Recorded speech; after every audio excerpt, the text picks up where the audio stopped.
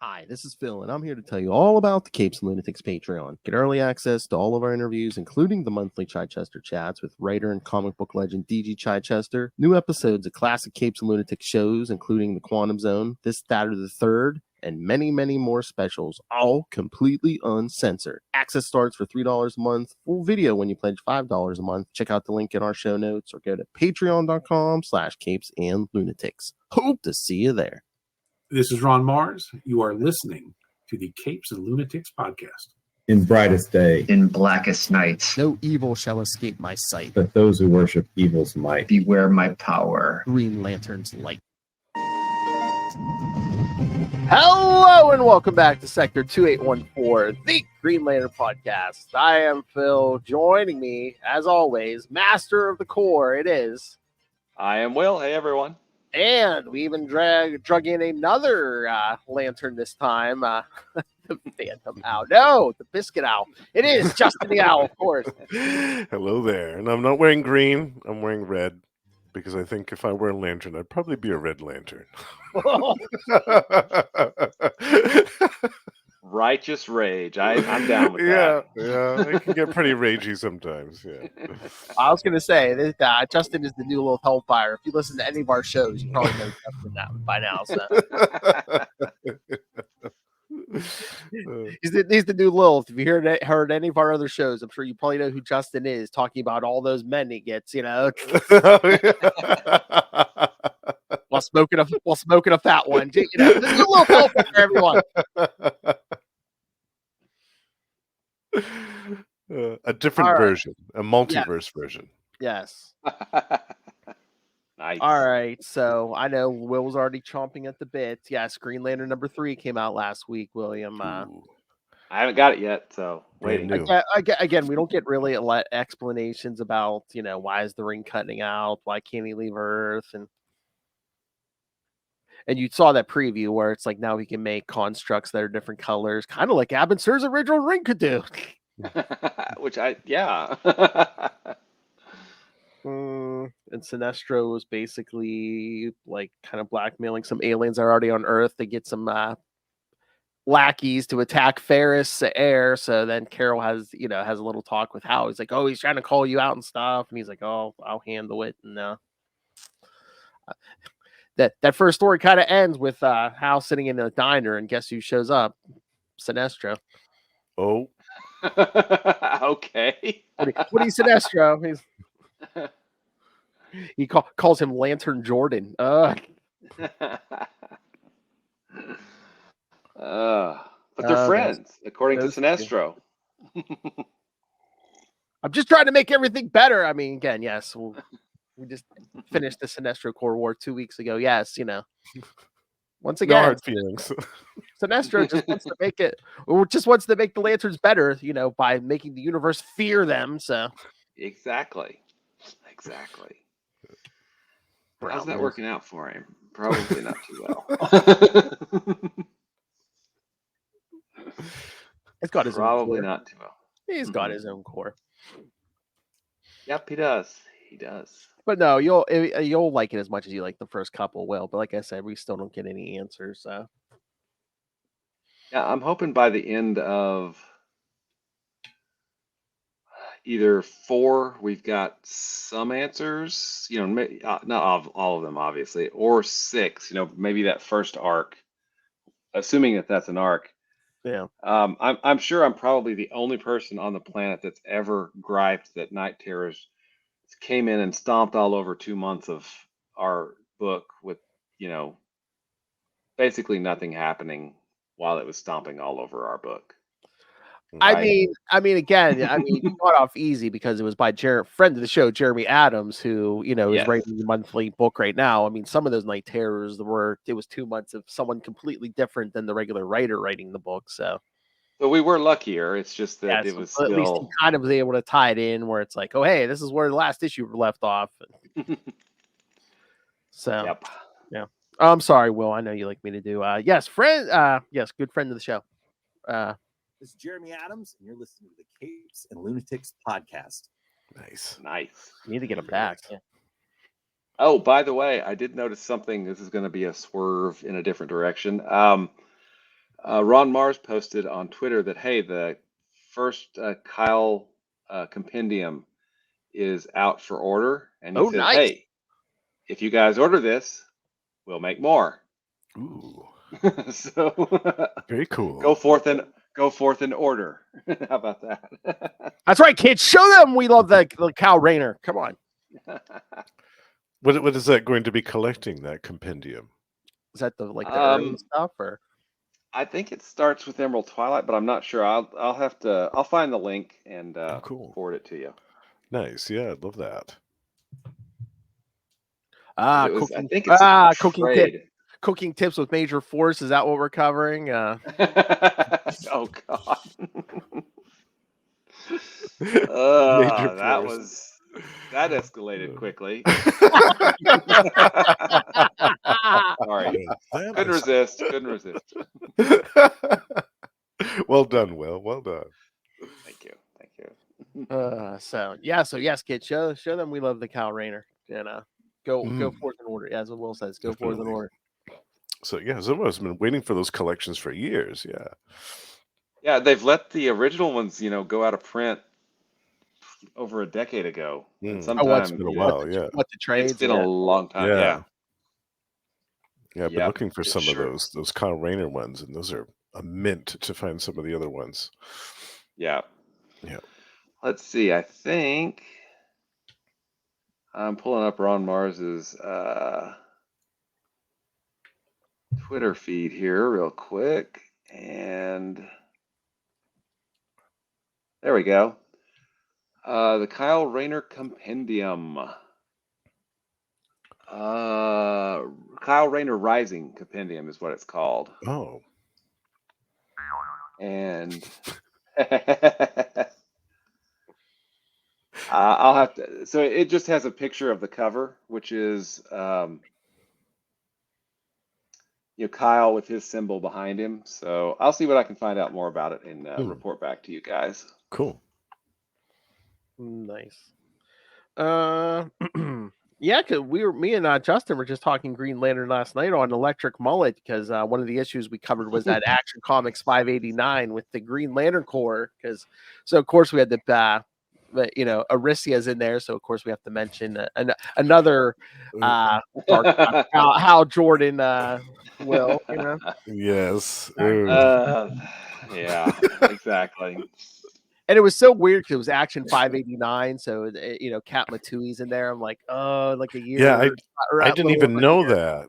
Yeah, I didn't even know that until Phil told me about her demise in that issue. I had no idea that happened in Action Comics. The first Action Comics weekly issue. Yep. That's so strange. So weird. I mean, it was so. And my understanding of the story, and this could be wrong. I think it was. I saw maybe a YouTube thing on this or something, but at the time, Englehart and Staton on Green Lantern was really popular.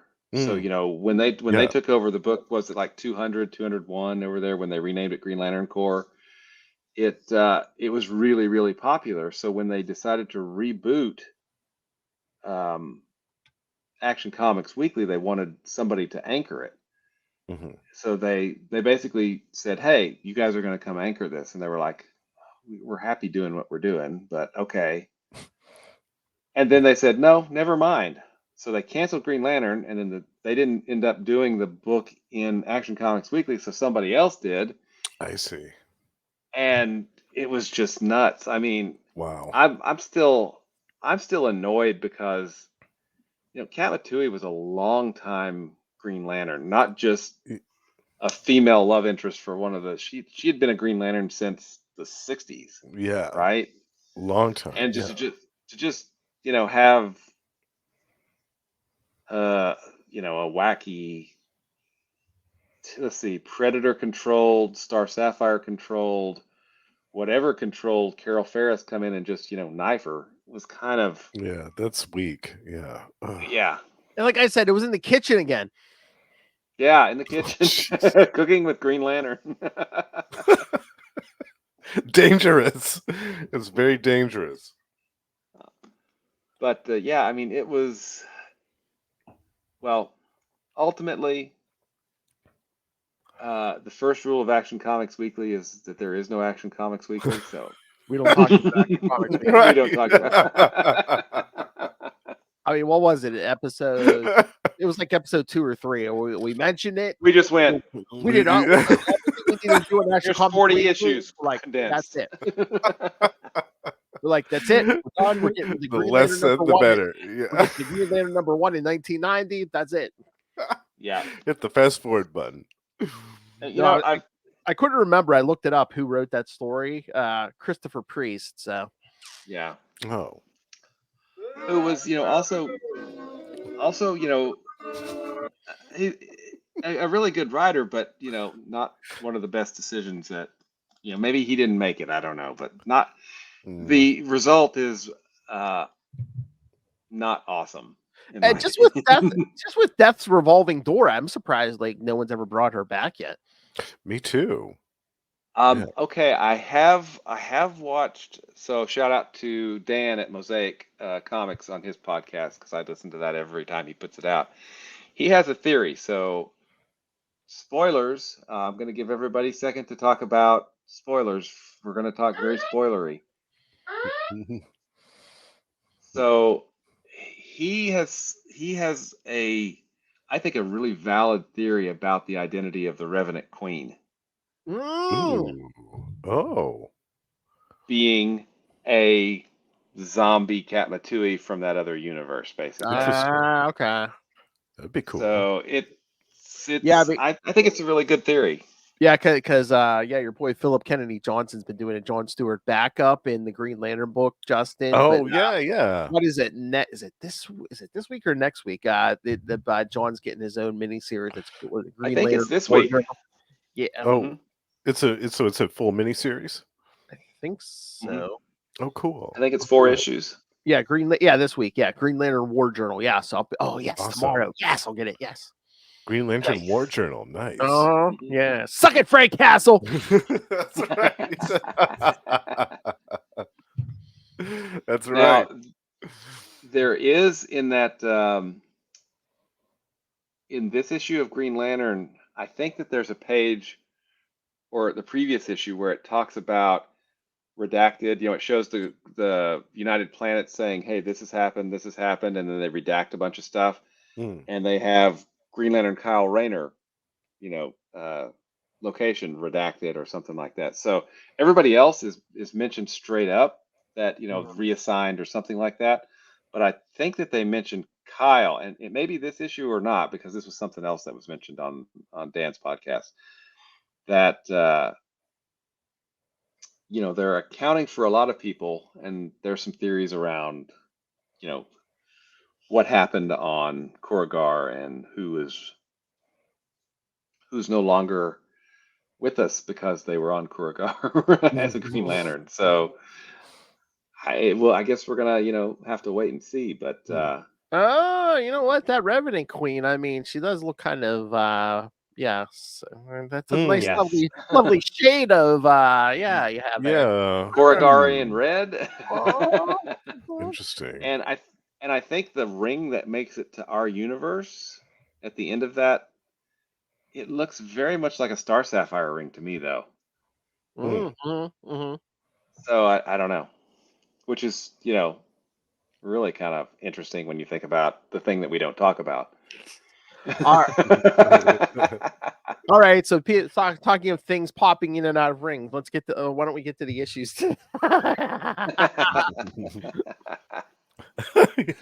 Brace yourself, kids. Will's coming in full hot. Yeah. But yeah, we did some Brave and the Bold last week. We're doing more this week, and then we're doing 3 issues of DC, Legends of the DC Universe next week, because we needed to kill a couple weeks, Justin. That way, first week of January, we're starting Blackest Night. Boom. Oh, wow. Mm-hmm. Very nice. Yep, absolutely. It's gonna be pretty cool. Yeah, have you Dead ever of Winter? We're starting the. Yeah, I've read it a long time ago, but you haven't covered it on the show yet. Yeah. Oh, yeah, we've been going in order pretty much. Oh, wow. Okay. Except for Summer of '69. Well, yeah. Naturally. Well, that's cool then. You haven't covered that on the show yet. That was a huge crossover. That's going to take We're a covered while. everything. I was doing the Oh. schedule. I was doing the schedules, Justin. It was what is this, like 13 weeks or something? Oh my word. We're doing every issue, all the 13 crossover weeks. series. I mean, Everything. Blackest Night Batman, all that. Oh. It's coming in. You're going to need some antidepressants by the end of it. Maybe. all that death and mayhem. Yes. That's right. Oh. All right. But yeah, let's get to these Brave and the Bold issues. Last week was a little who heavy. Batman. Watch Mm. fight. Yes. Like that. Not a Batman to Love be it. found this week, Ray, so it's safe to listen. Yeah. That's right. Absolutely.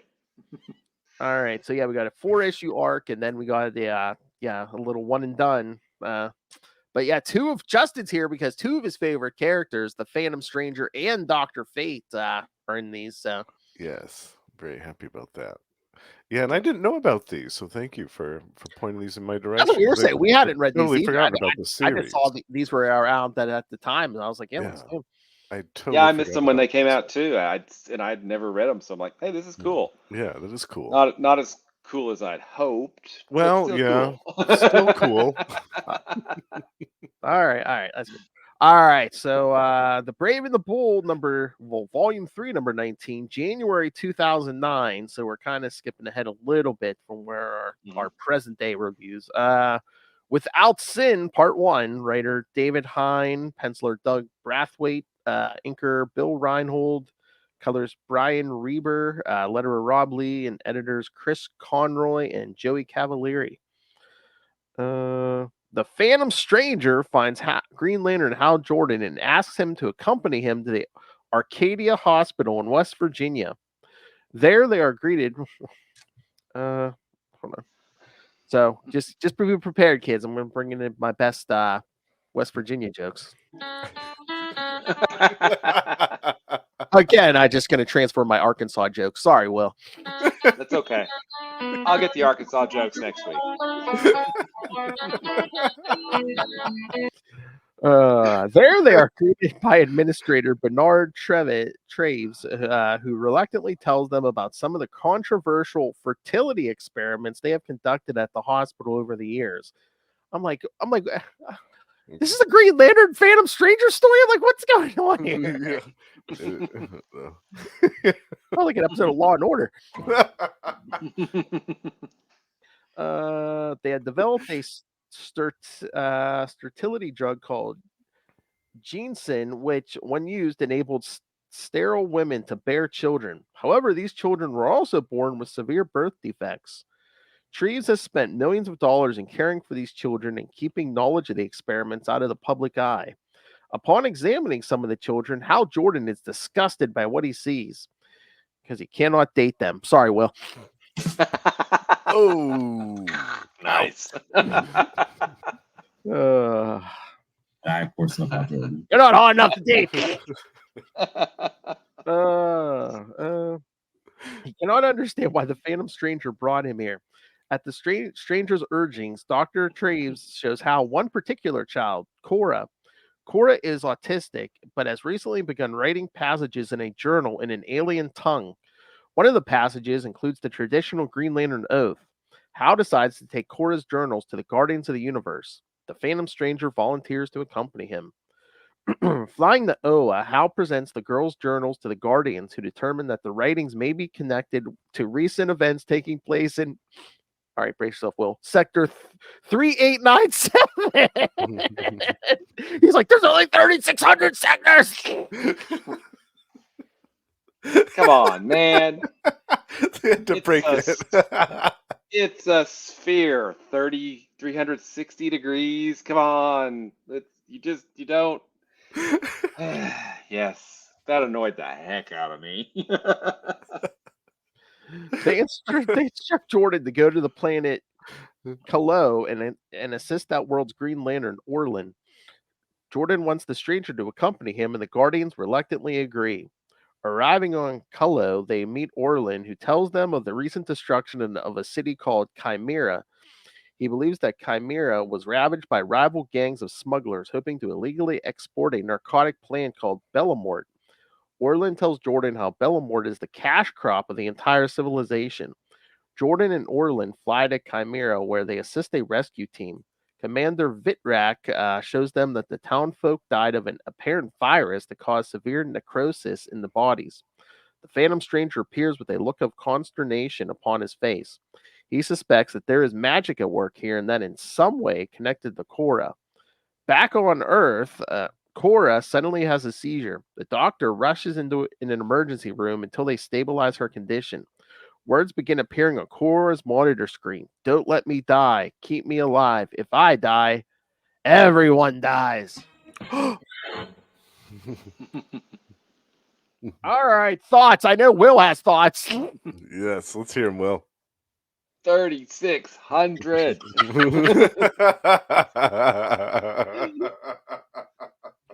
I read that and went, wait, what? Come on. This whole storyline, but like especially this issue, like when Hal says he wants the Phantom Stranger to like accompany him, aren't they like, well, who is this man? And I'm like, even if you don't know his origin, shouldn't the Guardians know who the Phantom Stranger is? The Guardians should know who he is. Yeah. In our billions of years of life, we've never run across this gentleman, this cosmic being. And he's been around for almost as long. Yeah, no. Exactly. Yeah. And I like, I found it also annoying that, hey, this is outside our area of influence, but you're the Guardians of the universe. Okay. Yeah. The whole thing. Quote, dude, where's my car? The whole thing. So you can't pick and choose. Yeah. Right. Wasn't the Starheart like their attempt to like tame magic and stuff? I'm like, so they know about magic. With magic before, Right.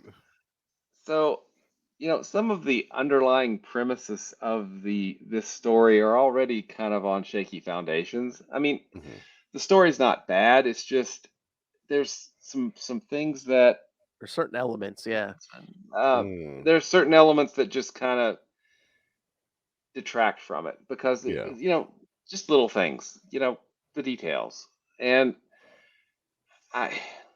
we're gonna get there, but 3,600 sectors.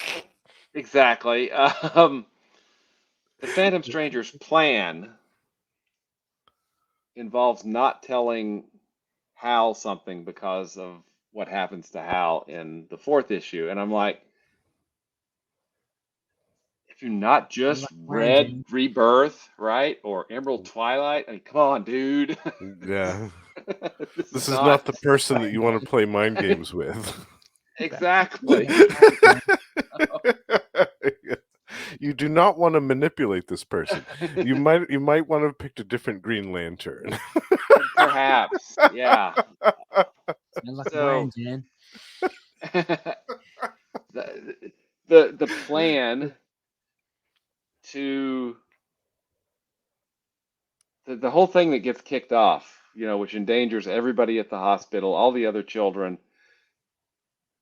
the entire universe. It just seems like, wait, this is like kind of complicated. Why don't we just not and stop this person? Because how powerful, I mean. And I'm just like, wait a minute. So does the alien influence is it because these children have birth defects, or does that detail have no bearing on the rest of the story? Is it just a coincidence? I'm like,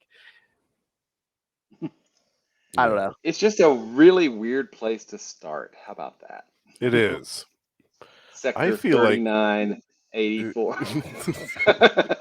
I feel like they should have started kind of in reverse and have the Green Arrow issues be the first start of this. Have it kind of start off small on Earth with the Phantom Stranger and Green Arrow doing their thing. And then once it's just determined that, wow, there's stuff going on in space that needs somebody like Green Lantern's attention and the Guardians of the Universe's attention, then you call in Hal Jordan, and then the Phantom Stranger's like, well, we've discovered that this is escalating quickly. let's go off into the universe and discover where this problem is taking place and amongst all these sectors and deal with it.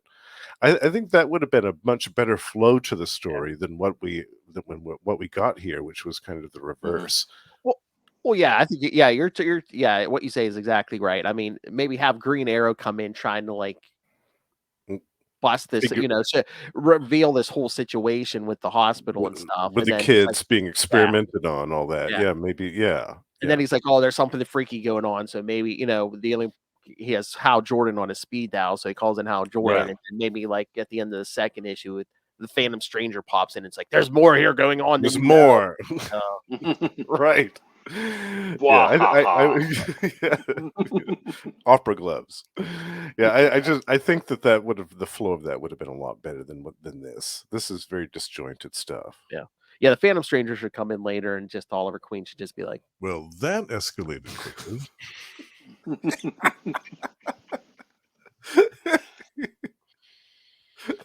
And it was just I don't know. It doesn't feel like a Green Lantern story to me. No. I don't know if that makes sense. I mean, I think the Phantom Stranger is a lot, or the Phantom Stranger as a concept is a bit more malleable than what, at least from my point of view, is what I expect from a Green Lantern story, which is probably a little harder edge sci-fi. Whereas the Phantom Stranger can kind of walk fantasy, sci-fi, can walk in all those places, horror, right? all kinds of stuff. Yeah, right. And this is both supernatural and involves a planet that's outside the known universe.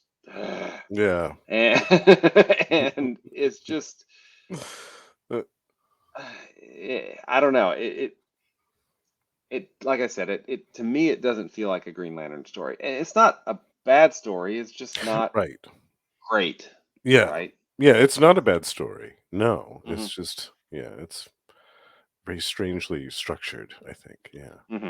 Yeah. Yeah, I mean, at certain points, I'm like, wait a minute, is this like? I'm like, this doesn't seem like a Green Lantern story. I don't know if this is a Phantom Stranger. It doesn't seem like a Phantom Stranger story. It seems to bounce because again, you're going from the stuff in this hospital to this alien planet with this plant thing or whatever. All in one issue. Oh, yeah. Yeah. That's a bit jarring. Yeah. All right. Well, should we get to part 2? Yes. I can't remember. Part due. Can't remember if it's this or the next one. There's a moment I don't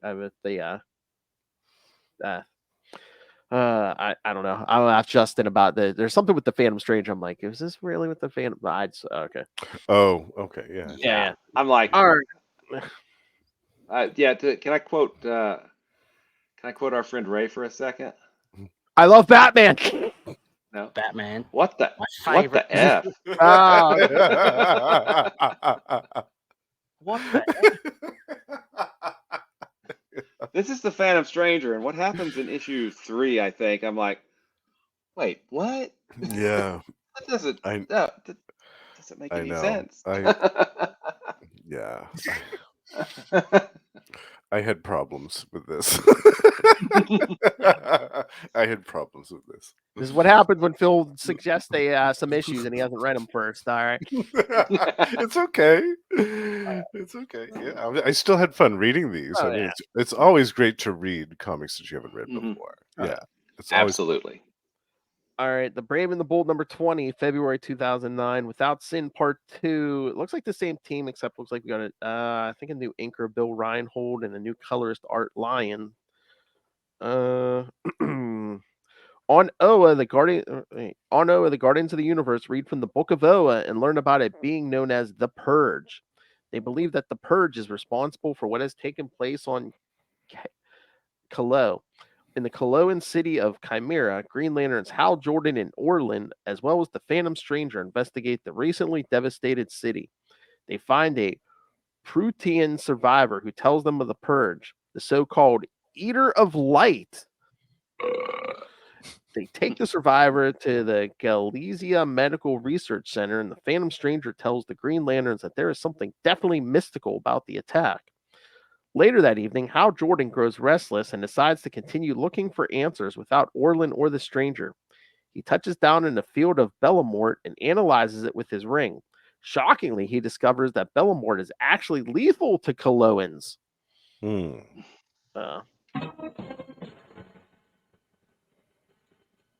Meanwhile, Orlin's wife, Marika, entertains the Phantom Stranger.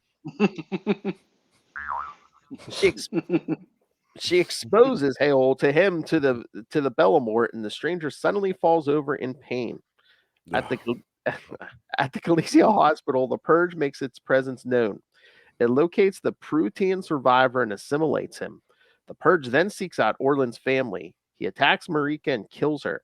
Then he assimilates Orlin into his essence. Hal Jordan returns to the house just as Orlin is completely consumed.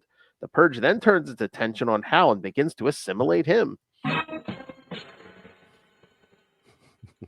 Everyone always trying to assimilate Hal. I know. Jeez. Leave that poor man alone already. Exactly.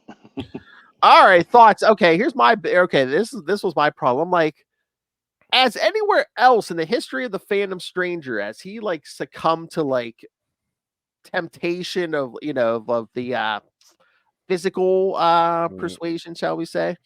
Not that I know of. Not that And I I'm gonna know ask a stupid question.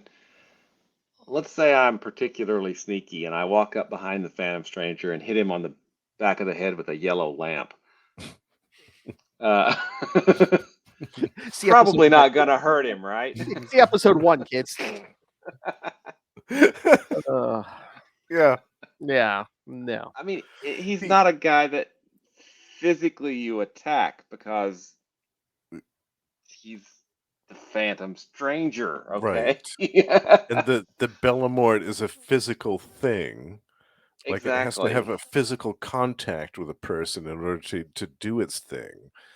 And he just doesn't work that way. Like, we never see him drink. We never see him eat. We never see him sleep. Like, he doesn't need to do this stuff. Like, it's so weird. Again, I've never seen him like taking out either like a physical attack or succumbing to superior puss. Never. This is the Phantom Stranger, not master. Yeah. Yeah, it was another thing that undermined the believability of this for me. I'm like, wait, what? They're doing what? Yeah. Okay. Surely there's a point, and the point seems to be just so that Orlin could kill his wife and be assimilated. So, right. Yeah. Okay. Yeah, I would have much rather seen a scene where Orlin came in, possessed by the Purge, and had some type of brief battle with the Phantom Stranger, in which the Phantom Stranger was incapacitated at the end of it because he couldn't handle this unexpected attack. And then, Orlin kills his wife, and then he moves on to this. Like, that would have been a lot more believable than this stuff. Or if the Purge or whatever comes in and attacks him with a mystical, attack. Right. Okay, yeah. That's what I mean. Like an attack that he wasn't prepared for. Like that would have been a lot more believable than this stuff. Like, oh, I haven't dreamed in eons, but suddenly I'm dreaming and I don't want to wake up. Oh no.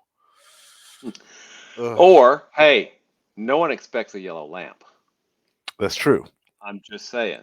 Especially on this planet Kalu. Yeah. That might be the only yellow lamp on the planet. Probably. This lamp you speak of.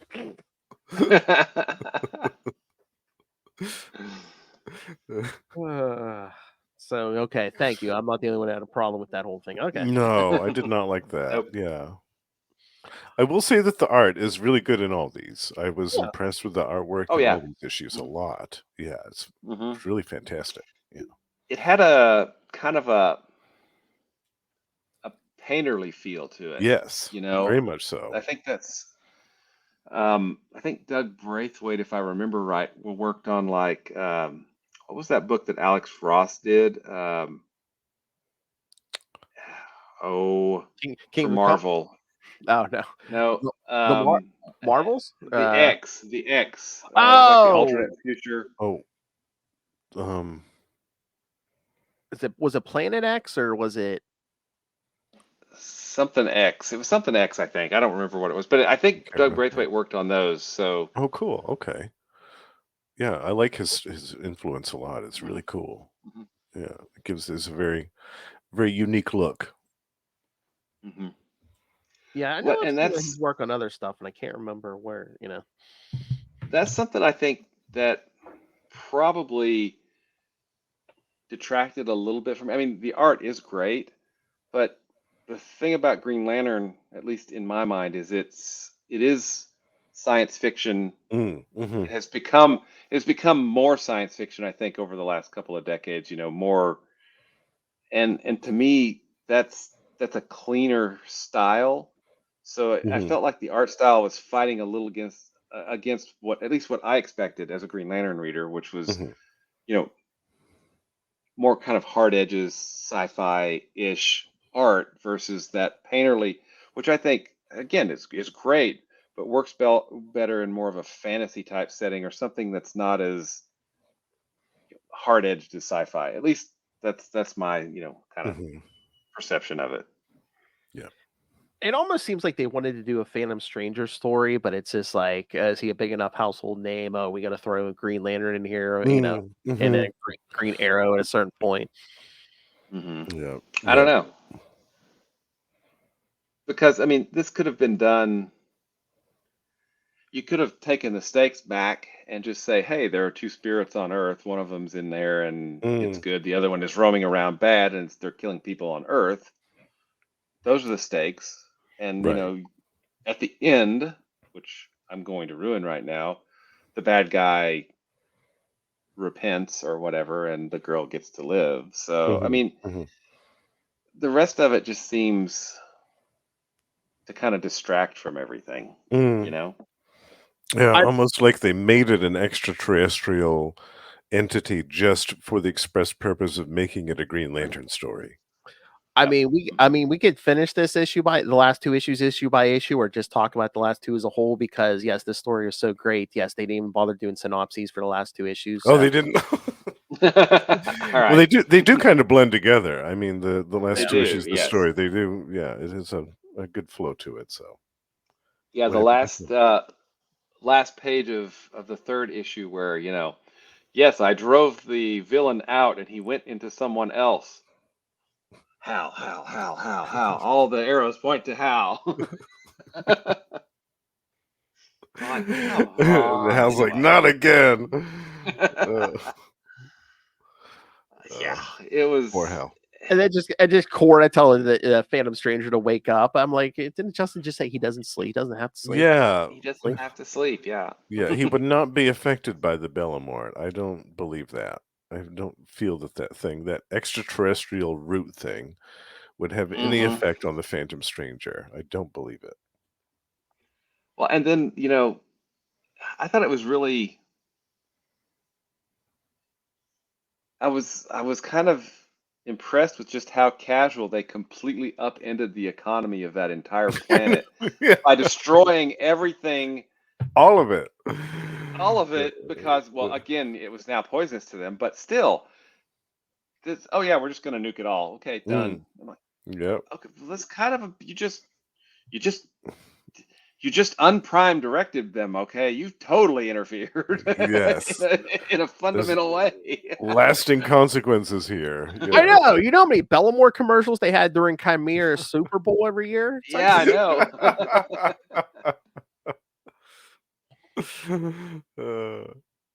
And then we get.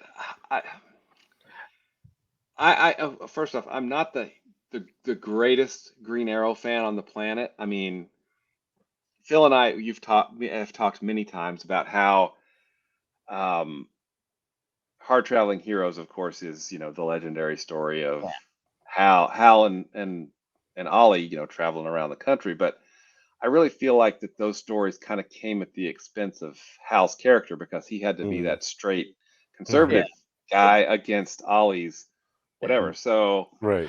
I we've talked about that a few times. Yeah, where it's yeah. like, Hal Jordan's supposed to be the maverick and everything, and then just the play him up against Oliver Queen in those stories. Yeah, Denny O'Neil painted him as like the straight, uptight cop. He's Yeah. a cop. Mhm. Yeah, exactly. Yeah. So I'm not the greatest of Green Arrow fans. I mean, I like the character and everything, but how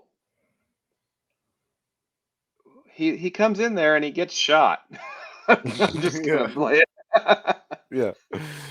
Very easily, I might add. And again, I And then- mean, I'm assuming they wanted to try to use other characters, but it's like, oh yeah, the kids need protection, so the Phantom Stranger calls in Green Arrow, which I think even in the story doesn't he say, oh, maybe he wasn't the best choice? Because I know they're probably trying to mix up the roster here, but I'm just like, okay, if this is like life or death intergalactic stuff, I mean, no offense to anybody, but it's like before Green Arrow, I mean, was who busy? Batman.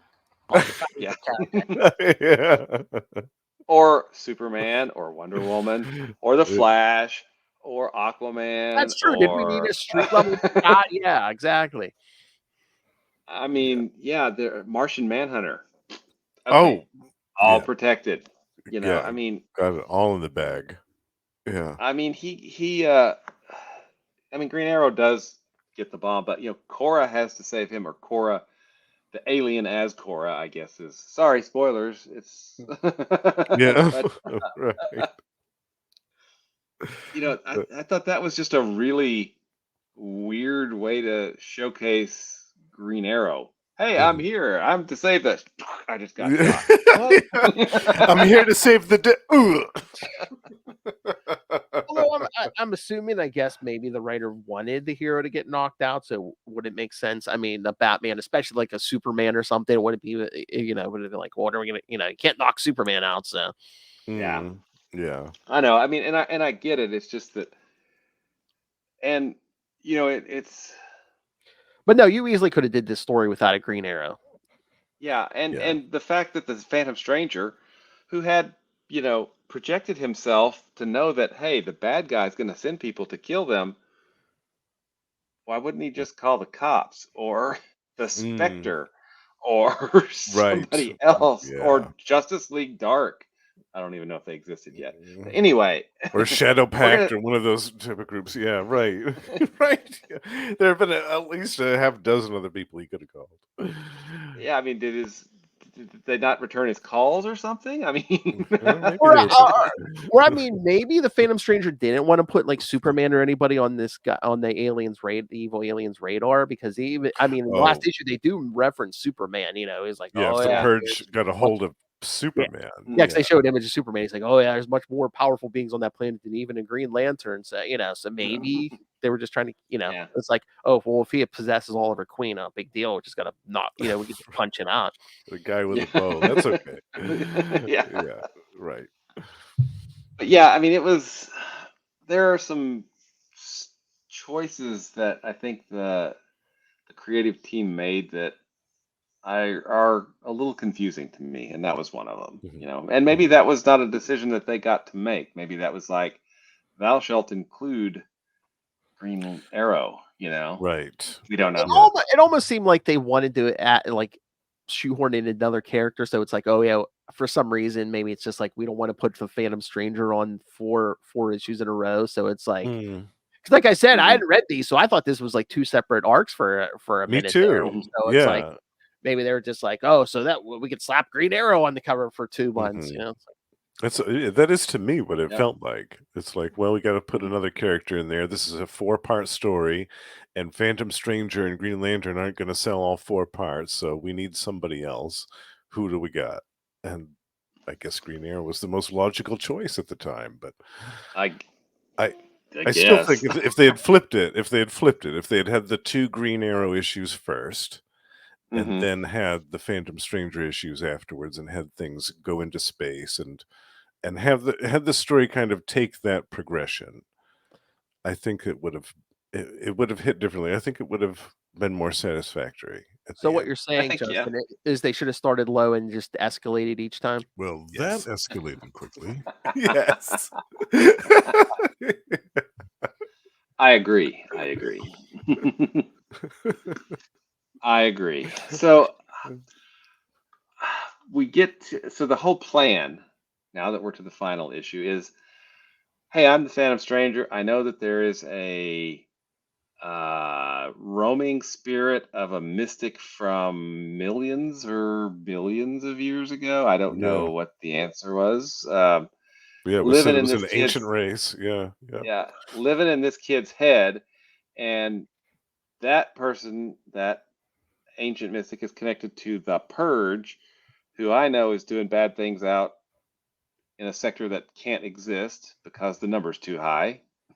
but but I'm going to bring in Green Lantern so that that guy will take over Green Lantern and come back here, so then we can then trap that person in this child so that they'll die. I'm like, man, that is some next level 4D chess. Yeah. Okay. And I know all that, but meanwhile, I still get whammied from behind by a plan. Yes. And some superior puss. Superior. Yeah. Yeah, you almost expect him to have like Rorschach in his room with all these different pictures and pieces of red string. parchment with red string and tacks all through them, like in the Phantom Stranger's room, to put this type of convoluted arcane plan together. But yes, he missed the part where he was put to sleep by the alien root and seduced by Orland's wife, Marika. Yep. Yeah. So what are we grading this arc? What the F? There were a few moments where I'm like, exactly was what I thought. Yeah. But I mean, the art was really good. Yes. And the story's not bad. It's just not great. It's just the concept was cool. There's some inconsistencies. Is that the nice way to put it? Yeah. Yeah. The Purge reminded me of, there's an old Defenders villain that you guys might remember from early 80s, late 70s, early 80s, Null the Living Darkness from the Defenders. And the Purge reminded me of that, because that was like an ancient race that basically they didn't have they couldn't figure out the meaning of life, so they all killed themselves, and their residual like hatred and bitterness and everything gave birth to this entity called Null the Living Darkness. And that's kind of what the Purge reminded me of, kind of like how it was pushing these people to suicide and all this stuff. Which is really cool. Cool. First off, 2 thumbs way up for Null Living Darkness reference. Thanks. I love this story. I hadn't realized that it was their failure to find the meaning of life that doomed them, because the Uranian Eternals actually found the meaning of life and they committed suicide. Which is where the quantum bands come to Quasar, which is why I know about the Uranian Eternals. Which I thought, that's an interesting dichotomy. Hey, we can't find it, we're gonna die. We find it, let's die. Okay, cool. I like that. And just the brilliance of that's Shanty Mateus. That's just the brilliance of it. You're talking cosmic level stuff here for Null the Living Darkness. You know how Null the Living Darkness finally gets taken out? JMD Mateus issue of the original Ghost Rider, like Null the Living Darkness takes over some guy, and Zarathos is like, you know what? If I gotta hit a guy with some hellfire to take out Null, that's fine with me. Just mows down some innocent dude. my petty lord of master Zarathos. He's just like, yeah, I'll fry his soul and taking out Null. Yeah, messed with the wrong guy. Yeah. Oh, I love it. Yeah, those older there's some really good stuff in those older Defenders, definitely. Even right up into where it went up to like 150, I think, where it was canceled. And you had the whole team basically sacrifice themselves to keep the new Defenders. The new Defenders. Yeah, that was some good stuff too. I love that, with Moondragon going. Thank you. You know where you can hear some Defenders talk in January on Marvel Tales. Oh, Marvel Tales, yes, and I think we actually might be covering one of those stories, as a matter of fact. I know. Will, we talked about covering this for years. We never did. You know what one of my picks was for the Defenders in January. The Defenders for a day. Yes. Nice. Yeah. Love it. I have read those. mainly because I'm, Quasar fanboy number one. But those issues are so goofy and so awesome. Welcome to join us. Send in feedback. Absolutely, Will. Yeah, you're welcome to join us for Defenders Month. That'd be What fun. about our Quasar podcast, the Quantum Zone?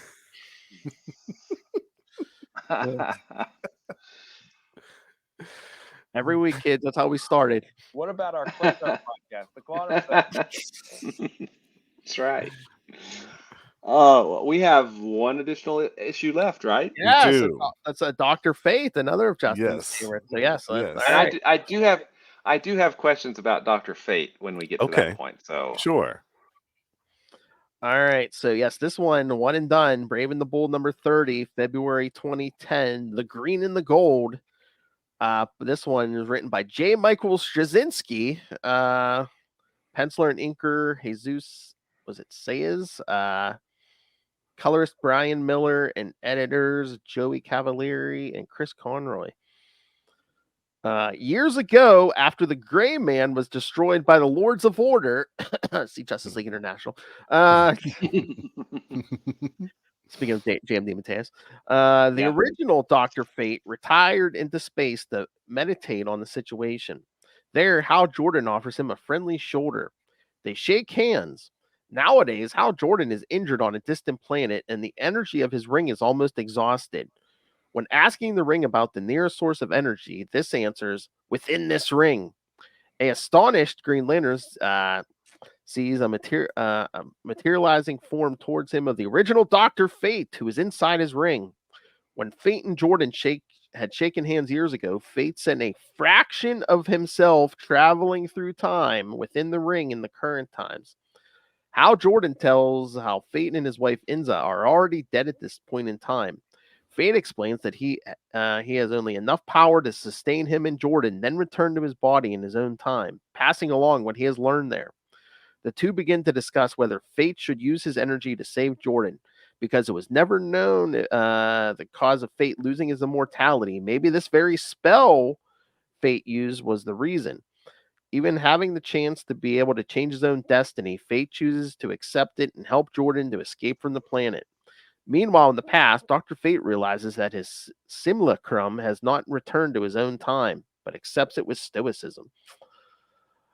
All right. Oh my. Okay, I first I think say I come up with another continuity besides the one you already mentioned, Will. So yeah. So first, I like the fact that Dr. Fate is, like, hey, there is destiny. The choices that we make are predetermined. Versus Hal saying, "Ain't nobody in charge of me. Right. I'm Right. willful and I make my own decisions." So I get the full philosophical, Mhm. what they were going for. But that's not the same ring, okay? oh, you mean the ring that gets destroyed in Emerald Twilight and reforged and given to Kyle Rayner? Yeah, no. Oh yeah. Yeah. So But I was like, also thinking, well, I'm like, would Hal Jordan even be up in orbit in the past there? Because remember, at that point, Guy Gardner's in the Justice League because Hal Jordan's Right. off wandering the country aimlessly, right? yeah. Yes, it would have been Yep. Guy at this point. Justice League International. Yeah. Mhm. Yeah. And I mean, Hal was, well, and if Hal was even on Earth, because he wanders around for a little while, and then the old timer creates the mosaic on Oa, and suddenly Hal's out recruiting, and he doesn't come back Mhm. to Earth until issue Yeah. like 25. Yeah. So Because I'm trying to remember if that was if Green Lantern 1 was before this or after this, or that Justice League issue.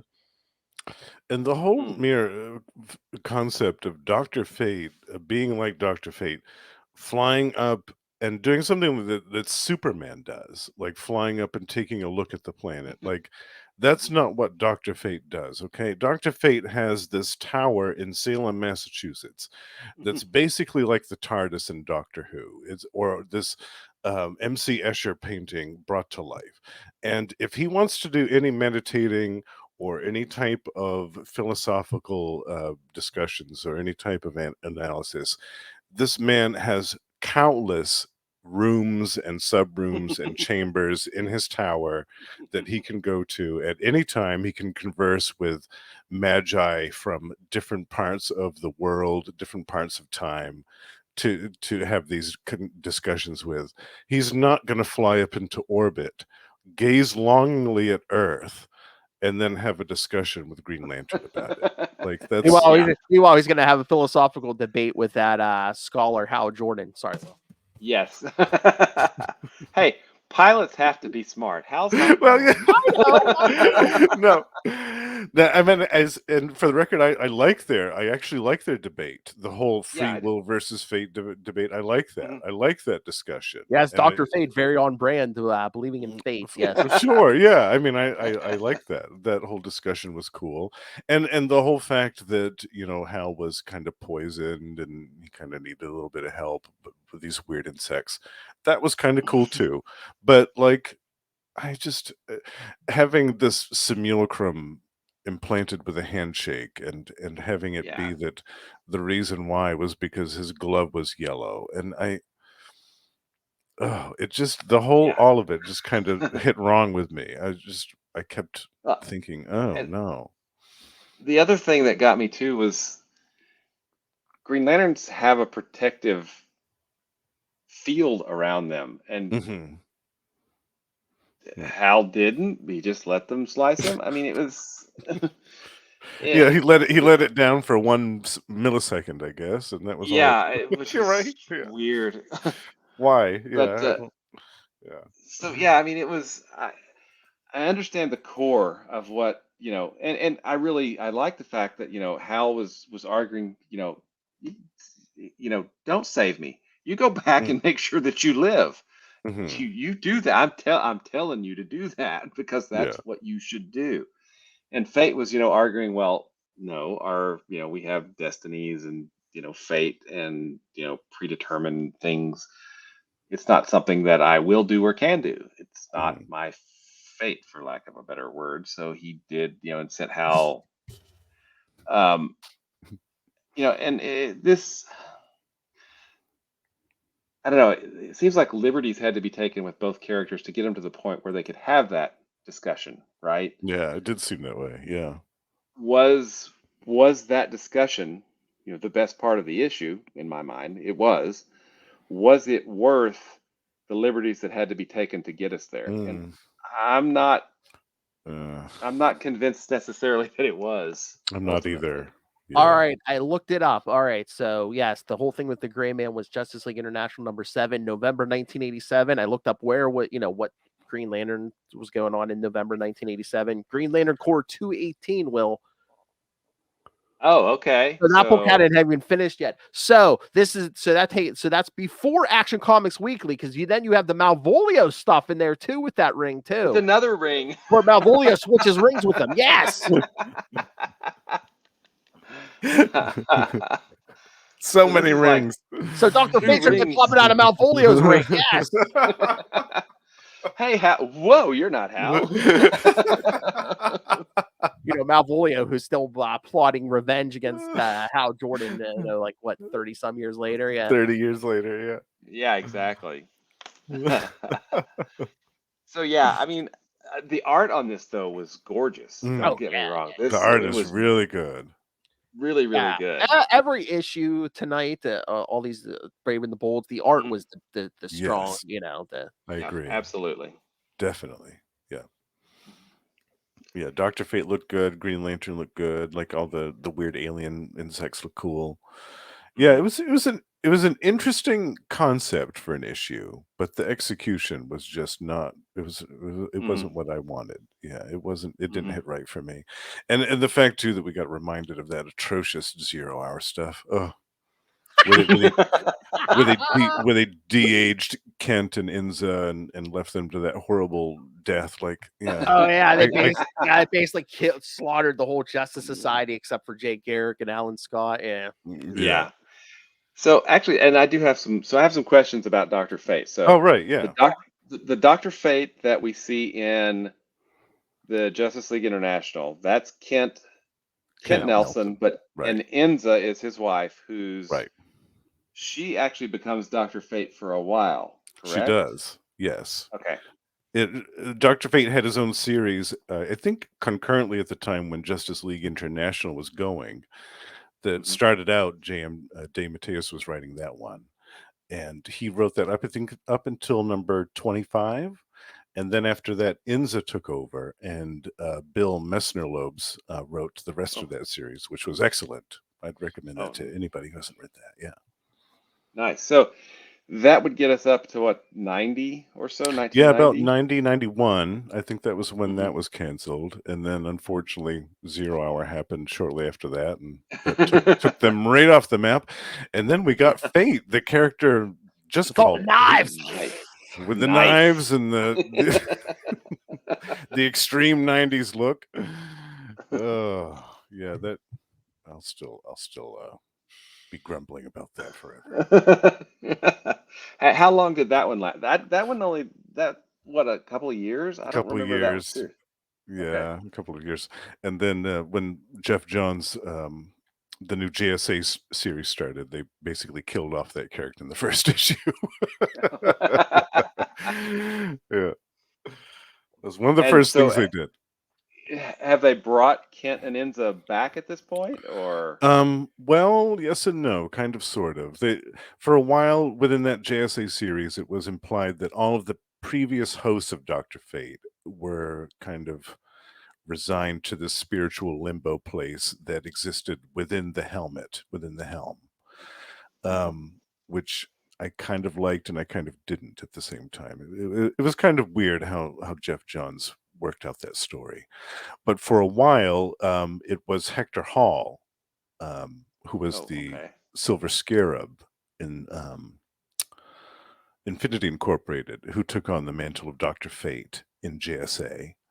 And then after him, it was another Kent Nelson who was, I think he was like a grand nephew or something of the original Kent.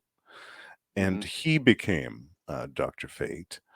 And then the mantle passed to the current owner, who I can't remember his name actually, but yeah, so it's passed around a few times over the years to a few different people. Yeah, but Kent was the longest bearer of the role. Yeah. Gotcha. Okay, cool. Did the New 52 reboot or anything, did that bring a new Dr. Fate in, or? I think. Well, right now, isn't it? Was it Khalid or Khalid? Thank you. Yeah, Khalid is the new one. Yes, he's like a medical student or something. Yeah, Khalid Nassour. Yeah, he's the current one, and I can't remember when they introduced him. I feel it was well after the New 52. It might have was it been around like Rebirth or like yeah. right before it, because I remember like Lilith and I talking about him like when they introduced him. Yeah, it was either Rebirth or right before it. Well, yeah, one of those one of those events that they did leading up to Rebirth, maybe. Like, wasn't there one called Convergence or something like that? Yeah, it might have been that. Yeah, but yeah. So I'm happy he's still around. Yeah. And I liked the new stuff too. The Khalid Nassour stories were really good. I was really happy with those. Yeah. So yeah, the Dr. Fate series from 1988, that was 41 issues in an annual. 41. Then that 90s Fate series was a whole big old 23 issues. So. 23. Ooh. That includes a zero. Yes. And a zero issue. Yes. Gotta have a zero. Yes. Big old zero. With the foil ink to stand out on the cover. Oh yeah. Oh yeah. Yeah. They had to put that zero in the foil ink.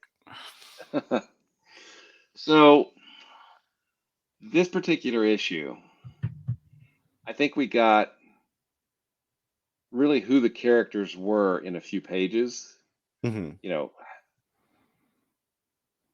But everything kind of before and after was not necessarily the same characters, at least in my mind. I agree. And it's a shame too, because I feel like this is a wasted opportunity. We have two great characters here who this should have been a great team up with the two of them. They really haven't had a lot of, I mean, in the Silver Age, they teamed up a few times. But after that, in more contemporary stories, I can't think of any other single standalone issues where it's just been Hal Jordan and Dr. Fate. So I feel like this should have been more than what it was. I really do. I feel like this was a squandered opportunity. I agree completely. Yeah. This should have been the four. This should have been the 4 issues. Yeah, excellent. Yeah, yeah. They could have had Dr. Fate and the Phantom Stranger in that story. Oh yeah, Yeah, those actually work, right? Yeah, absolutely. They could have gotten my whole Holy Trinity in there and gotten the Spectre in there too. I would have been super happy. But that's all right. We can't So have it all. actually, okay, you brought up the Spectre, and the Spectre is both an annoyance of mine, but also a really amazing series by J.M. another DeMatteis. J.M. DeMatteis. Yeah. Yes. So for me, taking kind of I mean, when you get right down to it, Hal is is a test pilot. He's the test pilot. What's the name of the test pilot from the 60s? Chuck The Yeager. Right Stuff. Chuck Yeager. Yeah. Oh. He's Chuck Yeager, right? Yeah. He's the man with the right stuff. He walks out of the desert. That's another day at the office while wreckage burns behind him. Like whatever. No big deal. Yeah. No big deal. And merging that ultimate kind of 60s sci-fi hero with the Spectre, I was just like, no, no, please, let's just kill him. Okay, let's just leave him. Leave the body alone. Leave him alone. Okay, this is not gonna work. Yeah. But then J.M. DeMatteis turns in this amazing series about a man looking for redemption, and it's just got such strong individual issues, and it's just so great. I will be the first to admit I was wrong. I was really wrong, because even though in the long run, Hal and the Spectre together, I don't think could have been sustained. No. But for what was that series, Phil? Was it 25 issues? 29, 27? Wow. Yeah, I thought wasn't it like 28 or 29 or something like that. Yeah. It was around 30, I thought. Yeah. Yeah. It was just such a great series, because it wasn't really, I mean, it was Hal Jordan, the character, not Green Lantern, so it wasn't, the sci-fi aspects, but it was Hal Jordan, and it was kind of taking the Spectre and changing the Spectre from that spirit of vengeance to a spirit of redemption, which was really, really, I mean, there were some really powerful stories in there. So and I had never, honestly, because I was a dumb snob, I'd never read it because of like, this is never going to work. Nobody can make this work. Well, J.M. DeMatteis made it work, by golly. So I feel like the reason for that is because he'd made the conscious choice to make it a story about redemption instead of vengeance. Yep. If it had been a story where, let's say, Hal was wrestling with the spirit of the Spectre and having this constant tug of war, being like, no, we need to be vengeance, or no, we need to be redemption. That would have failed. It wouldn't have lasted at all. I mean, it was a great series. And like we said, they haven't collected it. It's not on the app. That needs to be collected. That needs to be reprinted in some type of form, because it's a great series. It's got fantastic artwork all throughout it. Norm Brayfogel's in there. Yeah, gorgeous artwork. I think Ryan Sook. Ryan Sook is one of the artists in there. Yeah. Yes. Beautiful artwork. So, and like you said, the stories are thoughtful, they're introspective, they're very well done. I mean, it's just, I love that series. And also the Spectre series before that by John Ostrander and Tom Mandrake is in my top 10. I love that series. That's another wonderful Spectre series. Yeah, because they actually got to give it an ending. They got real ending.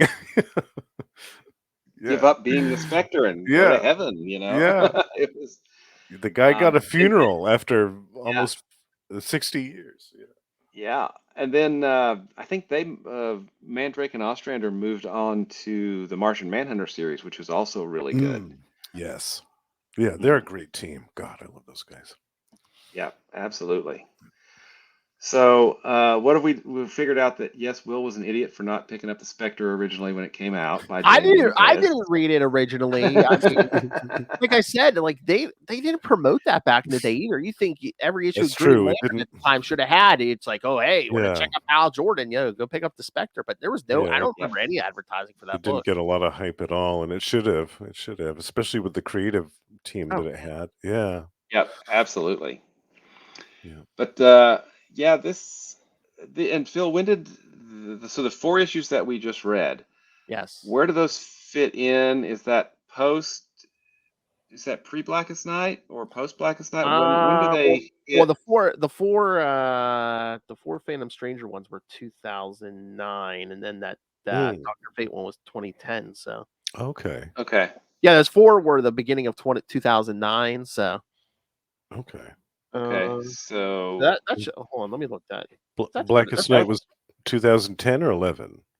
I think it was 2010, wasn't it? Let me see. Because like I said, that's coming up in January for us. 8 issues, I know. Blackest Night number 0 was June 2009. Oh. Oh, wow. So those Okay. Phantom Stranger ones came like right before Blackest Night. Yeah. That's interesting. Huh. Okay. Interesting. At this point, and correct me if I'm wrong. At this point, I always do. yeah, I know. Post Sinestro Corps War, Green Lantern's riding pretty high. I mean, because Sinestro Corps War was a sales hit. It was awesome, right? And I think it was, during Sinestro Corps War and then after the lead up into Blackest Night that, Green Lantern really kind of became this sales juggernaut, right? Such that by the end of this volume, we're at issue 20 something, so like 40 more issues of this volume. So, 3.5 years after where we are currently in the series. When it gets relaunched as New 52, there's no rebooting things. New 52, what's that? We don't know. We don't care. We're just telling our story. I mean, we've said it. I mean, it was such a sales juggernaut. Yeah, that was the two things going into New 52 that really didn't get rebooted is Green Lantern and Batman, my favorite character. And then, with the New 52, there was a Green Lantern title and a Green Lantern Corps title like there was before, but we got Green Lantern New Guardians. Red Lanterns. We got Red Lanterns. It wouldn't be long. There would be a Sinestro book. There would be a Larfleeze book. Larfleeze. I mean, yeah. So it doesn't surprise me that we see Green Lantern popping up in like The Brave and the Bold or Legends of the DC Universe or those. I guess it just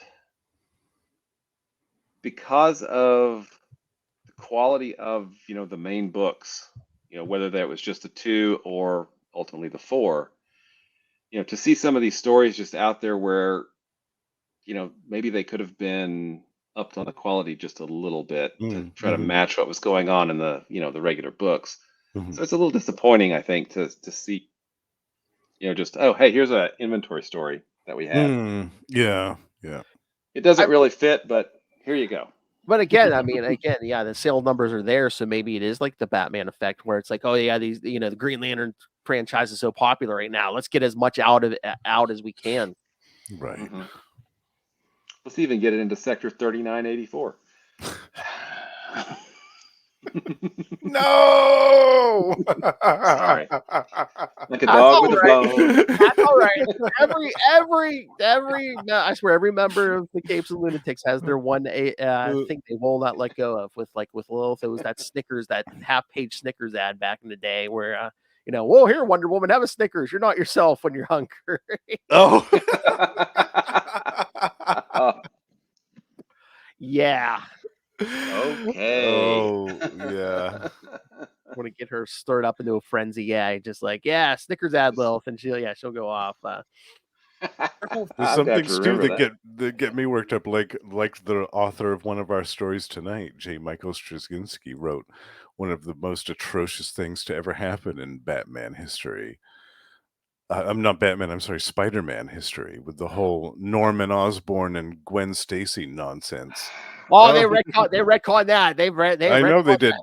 but Yeah. that man wrote it in the first place, and Wow. the stain is still there. It's still there. that. That was a horrible one, but nothing will beat when they sells his marriage to Mephisto to save his Oh, well. decrepit aunt. Yeah, I Yeah. know. nothing I beats know. that. That's my thing. Bring back that Yeah. marriage. We've all got it. But yeah, I still We've all won't let got it. JMS live that one down. That whole Norman and Gwen thing. Gosh, even after it's been like what, 12 years, 15 years. Ugh, awful. Don't worry, they retconned that. It was Kindred. Yeah. Kindred gave Norman just like a naughty fantasy that he had. Gwen Yeah. Stacy. Ugh, it's still terrible. Those kids Still were just clones. it's still terrible. Clones. I said, bring back that marriage. I said, I can bring back that marriage in one word, turn everything around. Mysterio. Boom. Yes, it was all an illusion. All of it. I love it. Not a All right, hoax, not a trick, not an imaginary story. because none of them are. Yeah, That's right. they all are. All right. So if the nerds done ranting about numbers, yeah. So I am. not I here. am. All right. So next week, we'll be killing time. One more week. Yeah, we'll be doing Legends of the DC Universe 7 through 9. Another Green Lantern, Green Arrow team up story written by Mr. Dennis O'Neil himself. Ooh, So very cool. Yep. Mm-hmm. Was that also from this time period? I think it was a little before. I think it might have been. I think like 2000 was it? It was maybe pre-Rebirth, wasn't it? Oh. Oh yeah, I think it might have been like early here. I'm looking it up, but it might have been Like 2001, 2002, say, maybe. I thought it was like early 2000s. Yeah. Oh, cool. Hold on. If I can spell and help. It was called Legends of the DC Universe. Was the name Yeah, of the series? yeah. Oh. It was kind of like Brave and the Bold, but it's like it really wasn't always a team up book, because I do remember there was like a Barry Allen Flash story that was a few issues. Mm. Had painted covers for the most part, if I remember right. Mm. Number 7, August 1998. So 98. Oh, wow. Wow. yeah. Wow. Even earlier than I thought. Yeah, there's the cover of the number 7. Yeah, see they Oh, got painted wow. covers. Yeah. I don't remember that at all. I always liked there's- those showcase anthologies that they did. Like they did like Oh, yeah. Showcase 93 and Showcase 94. I used to like those. Mm-hmm. Yeah, written by Dennis O'Neil and pencils by Greg Land. So Oh, cool. That should be really Cool. good then. oh yeah. Mm-hmm.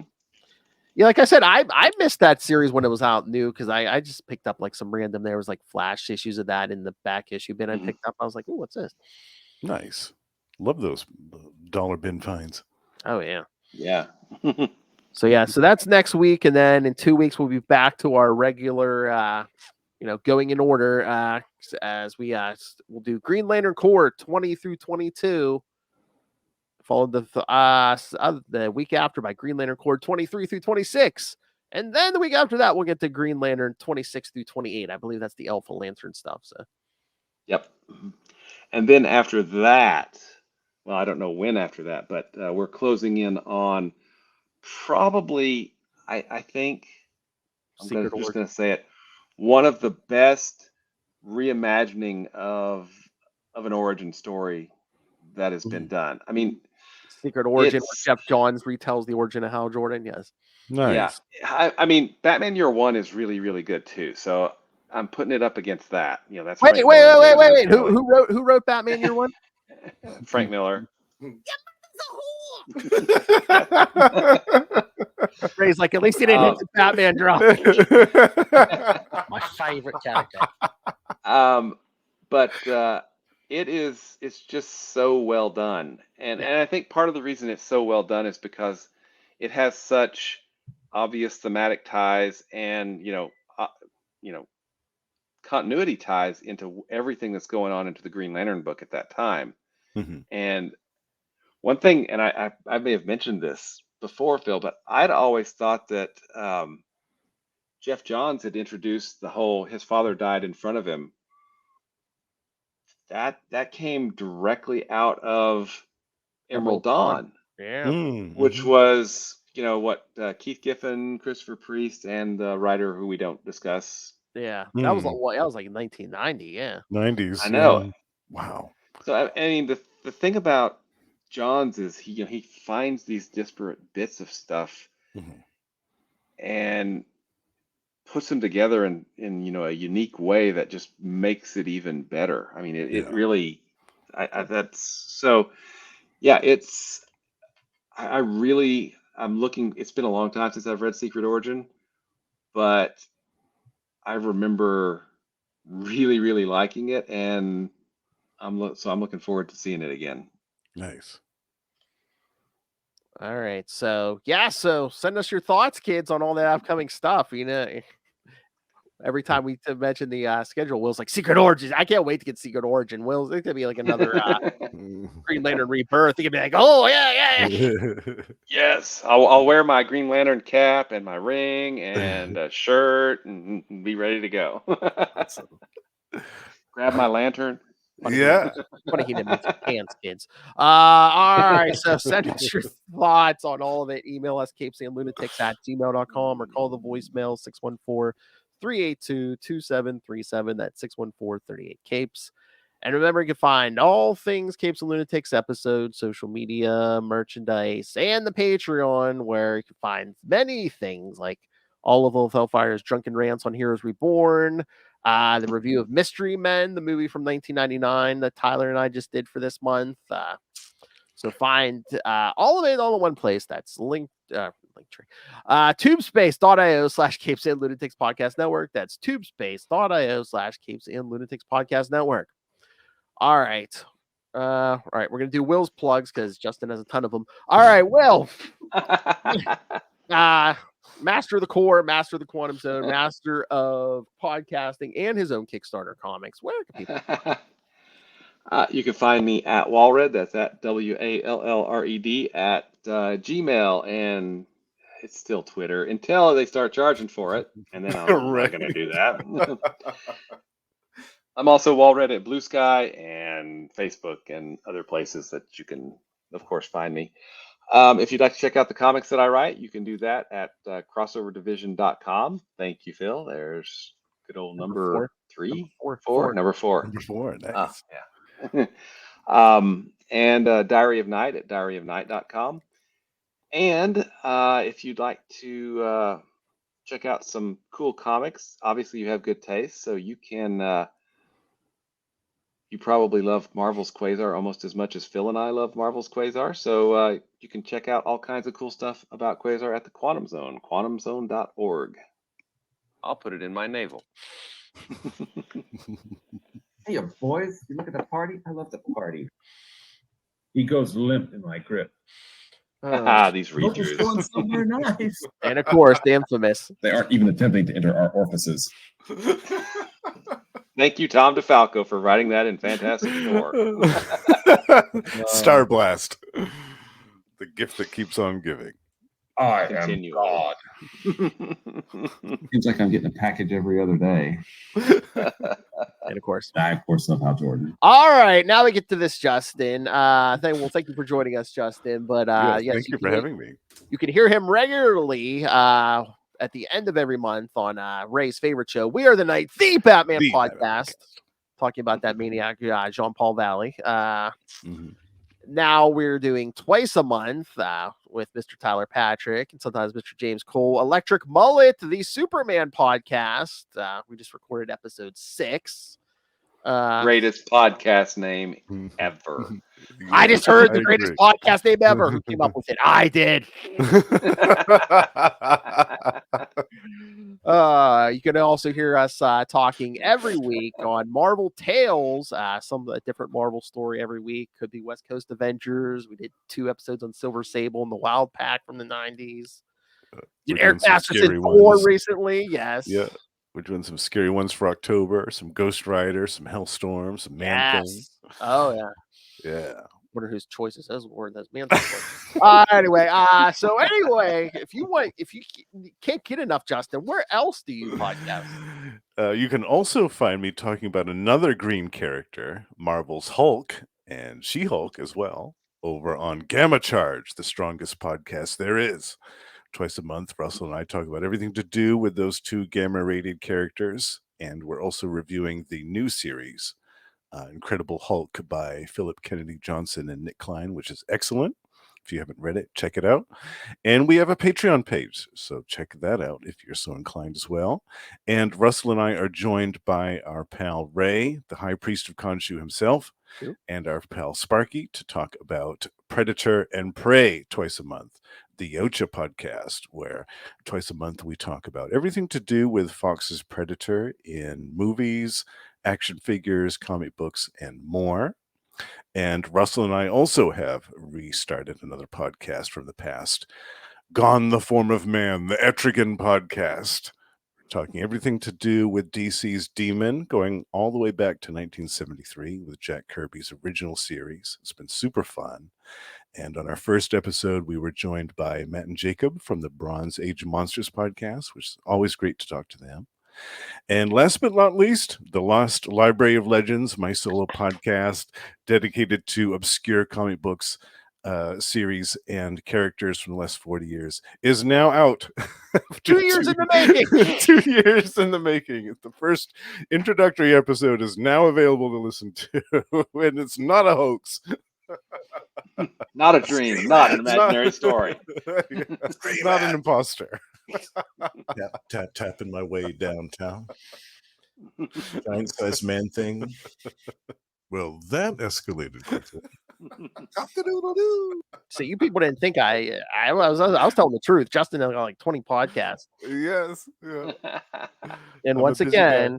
he's the busiest man in podcasting now that Ray is addicted to the Marvel Snap. Marvel Snap. Thank you for joining us, everyone. Come back next time for Legends of the DC Universe 7 through 9. And I know it's not Marvel Snap, Ray, but it just sounds funnier. It does. It's some other Marvel game, but Snap is not. Because if he's on, yeah, you saw him. It's like if I say Marvel Snap, you correct him. Yeah, he immediately, yeah.